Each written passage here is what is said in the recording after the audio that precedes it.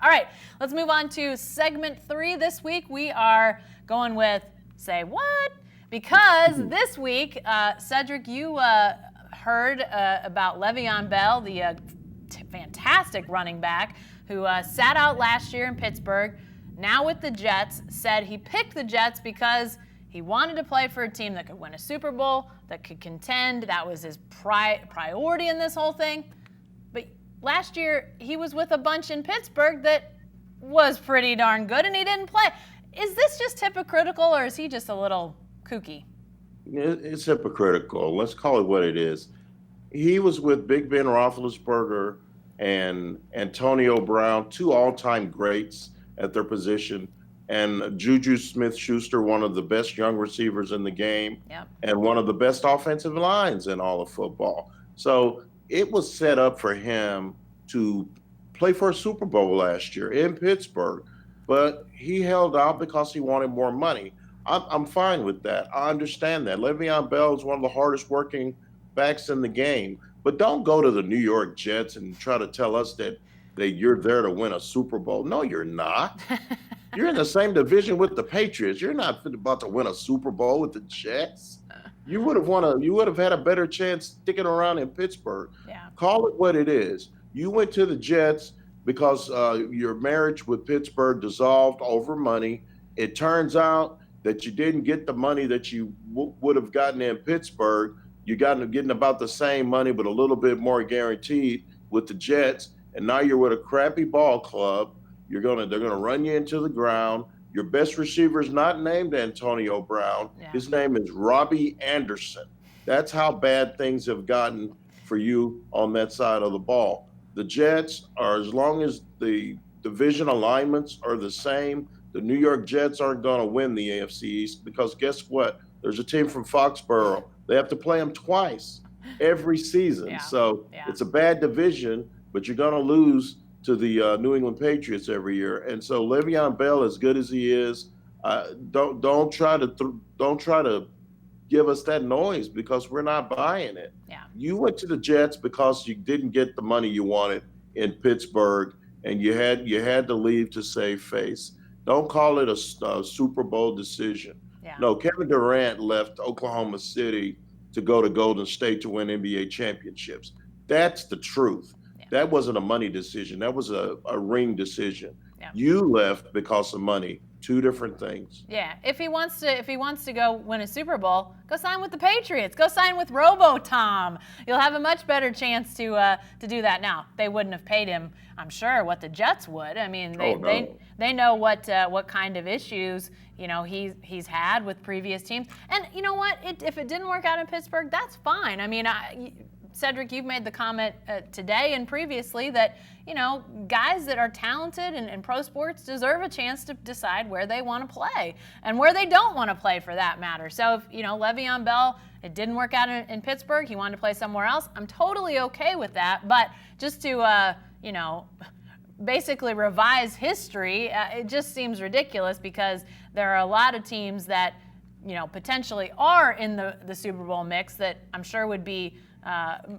benefit by a player of Bell's stature going to play for them in the backfield. But I don't think the Jets are in anybody's early season or off-season line to the Super Bowl. It might happen. I mean, we've seen crazy things happen in the NFL. Maybe that's the outcropping of the parity that we see in the NFL is guys think they can go anywhere and potentially win a Super Bowl. Maybe that's one of the good things that Roger Goodell has done, set up a league where occasionally a team does come out of the blue. But I'm much more on board with your prediction that Texas and Texas A&M play in the Cotton Bowl than if you tell me the Jets are going to play in the Super Bowl, Cedric. You're not going to tell me that, are you? Well, no, I'm not. No, and I'm an NFL historian, so who knows? The Jets may play in a Super Bowl. After all, it's only been 50 years since they played in one. So who's to say? We might be 100 by the time they get another shot. Yeah. I mean, that's how it is. Yeah. I don't see them playing the Super Bowl this year. Le'Veon Bell's comments notwithstanding anything in that regard. Okay, my say what this week is the NCAA. They've made some changes to basketball rules, including the moving of the three-point line now going out to 22 feet 1 3/4 inches, a longer shot. That the NBA or the NCAA had a line that was similar to the high school. Now it's getting a little bit closer to the NBA. But Cedric, I mean, I like this from the standpoint of pulling shooters out from the lane. I think a lot of times in the college level, you see it just becomes a lot of, sort of hand-to-hand combat almost. You don't see the free-flowing nature of basketball at the college level like you do at the pro level.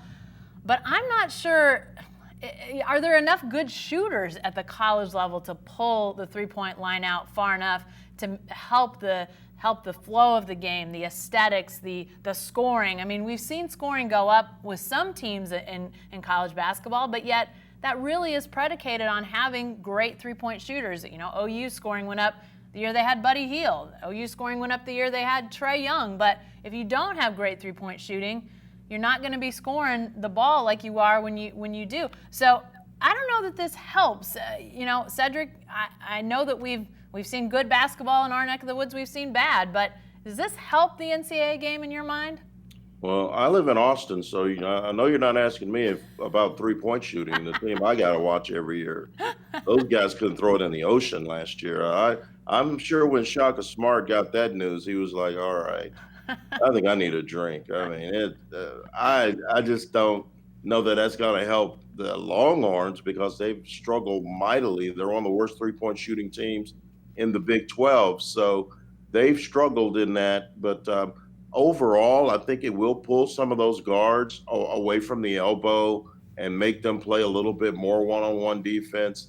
I don't know if there's that many pure shooters in college basketball that's going to move that needle even more. What I hope it does, Jen, and I know I'm old school when I say this, and I'm dating myself here.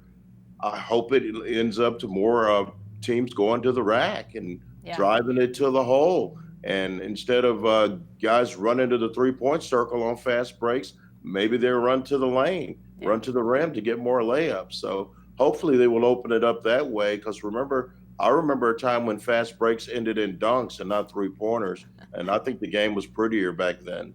You are old school. No, I remember that too. Yeah, and I agree. I think that's the one thing when I saw that news come out, my thought wasn't, man, I hope that expands the three-point shooting range of shooters in the college game.